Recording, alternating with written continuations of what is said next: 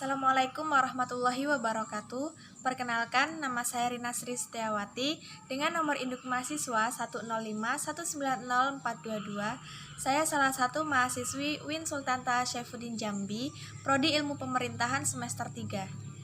Jadi, ini adalah video pemenuhan tugas kuliah saya yang diampu oleh Bapak Z Haryanto SHMH dengan mata kuliah Ilmu Hukum. Dalam video ini, saya akan menjawab soal yang telah diberikan oleh Bapak dosen, dan soalnya adalah: tahapan pemungutan suara baru saja usai di ajang kontestasi pemilihan kepala daerah atau pilkada yang serentak dilaksanakan secara nasional pada tahun 2020 ini.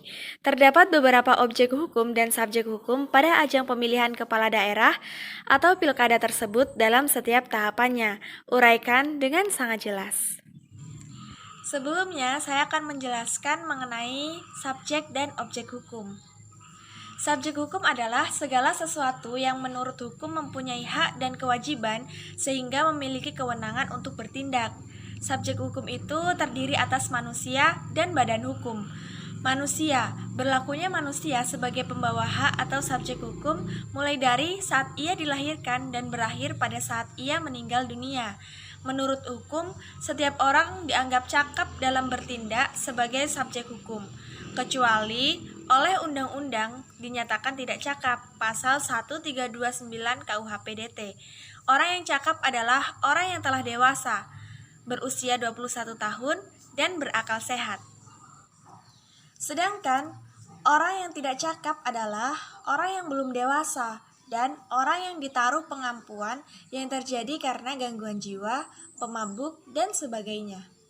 Lalu ada badan hukum. Badan hukum adalah badan atau perkumpulan yang diciptakan oleh hukum oleh karena dapat bertindak seperti manusia. Contoh subjek hukum yang terdapat dalam pilkada yaitu pelaksana, peserta, dan tim kampanye.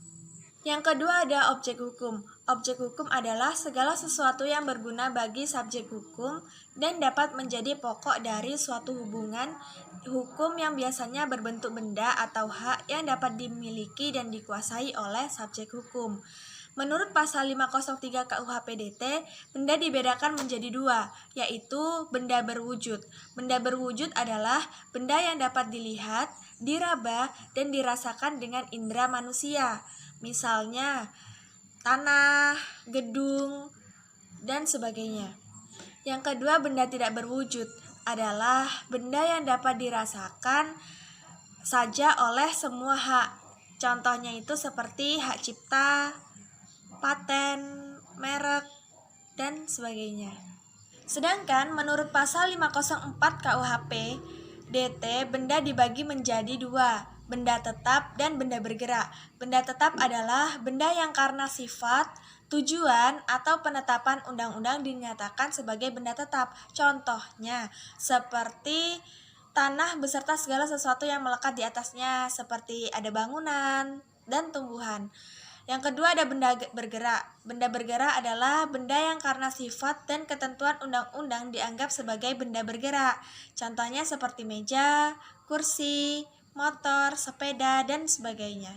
Contoh objek hukum yang terdapat dalam pilkada itu seperti kertas pemungutan suara, kotak pemungutan suara, meja, dan sebagainya.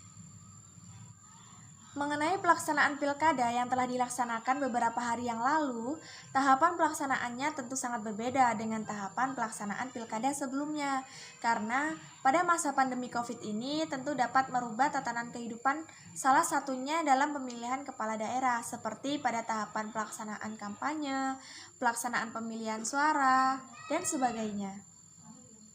Tahapan pelaksanaan atau penyelenggaraan pilkada yang dilakukan serentak pada beberapa hari yang lalu dilakukan secara demokrasi atau dengan hak kebebasan rakyat untuk memilih sampai selesai pemungutan suara. Terdapat beberapa subjek dan objek di dalamnya. Yang pertama, subjek hukum mengenai kebebasan hak pilih yang dimiliki masyarakat, maksudnya tidak boleh ada pihak atau tim dari pasangan calon yang memberikan sogokan atau uang penyuapan dalam pemilihan yang terlaksana 2020 ini. karena hal ini terdapat dalam pasal 187A ayat 2. Mengingat Undang-Undang Nomor 10 Tahun 2016 tentang Pilkada, di situ diatur bahwa pemberi maupun penerima uang politik sama-sama bisa kena jerat pidana berupa hukuman penjara. Pada pasal 187A ayat 1, Undang-Undang tentang Pilkada diatur, setiap orang yang sengaja memberi uang atau memberi sebagai imbalan untuk mempengaruhi pemilihan, maka orang tersebut dipidana penjara paling singkat 36 bulan dan paling lama 72 bulan, plus denda paling sedikit 200 juta hingga maksimal 1 miliar. Yang selanjutnya, pada pasal 187A ayat 2, diatur ketentuan pidana yang sama diterapkan kepada pemilih yang dengan sengaja melakukan perbuatan melawan hukum, menerima pemberian atau janji sebagaimana dimaksud pada ayat 1. Kemudian objek hukum. Objek hukum dari pilkada kemarin adalah hasil pemilihan. Hasil pemilihan ini tentu tidak boleh dicurangi atau dimanipulasi. Artinya harus transparan dan diketahui oleh masyarakat setempat. Jadi itu tadi pemaparan jawaban dari soal yang telah diberikan oleh Bapak dosen. Saya Rina Sri Setiawati minta maaf apabila ada kesalahan dalam menjawab dan menyampaikan materi. Saya akhiri. Wassalamualaikum warahmatullahi wabarakatuh.